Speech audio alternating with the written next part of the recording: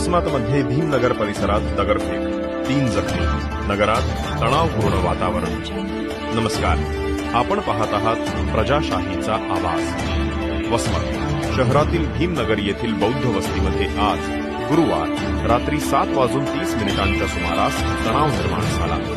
मिळालेल्या माहितीनुसार मुस्लिम समुदायातील काही व्यक्तींकडून बौद्ध वस्तीला लक्ष्य करत दगडफेक करण्यात आली। या अनपेक्षित हल्ल्यात 3 स्थानिक रहिवासी गंभीर जखमी झाले आहेत, ज्यांना उपचारासाठी तातडीने रुग्णालयात दाखल करण्यात आले आहे। या घटनेत केवळ पुरुषांनाच नव्हे तर महिला व लहान मुलांवरही दगडफेक करण्यात आल्याचे स्थानिकांचे म्हणणे आहे। दगडफेकीच्या वेळी हल्लेखोरांकडून पंचशील ध्वजाचा अपमान देखील करण्यात आला असून त्यांनी बौद्ध वस्तीतील रहिवाशांना